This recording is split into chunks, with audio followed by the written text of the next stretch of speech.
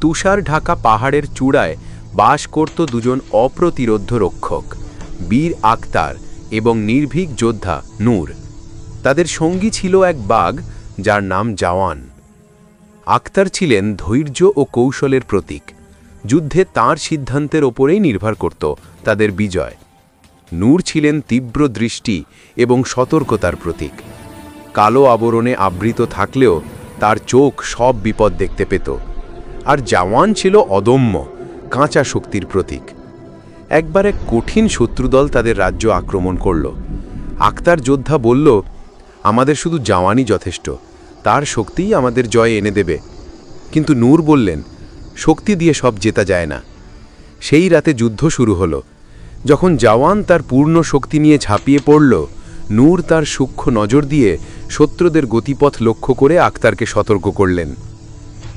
আক্তার সেই তথ্যের ওপর নির্ভর করে এমন কৌশলে অস্ত্র ব্যবহার করলেন যা শত্রুরা কল্পনাও করেনি। তাদের সেই শত্রুদল পরাজিত হল। আক্তার যোদ্ধাকে বুঝিয়ে দেওয়া হলো, একজনের একার শক্তি দিয়ে কাজ হবে না। শিক্ষা: আসল শক্তি কেবল পেশিতে নয়, আসল শক্তি হল বিভিন্ন ধরনের প্রতিভাকে একত্রিত করা। যখন কাঁচা শক্তি অর্থাৎ জওয়ান, বুদ্ধিদীপ্ত সতর্কতা অর্থাৎ নূর এবং সঠিক কৌশল অর্থাৎ আক্তার একসঙ্গে কাজ করে, তখনই পৃথিবীর কঠিনতম বাধাও টলানো যায়।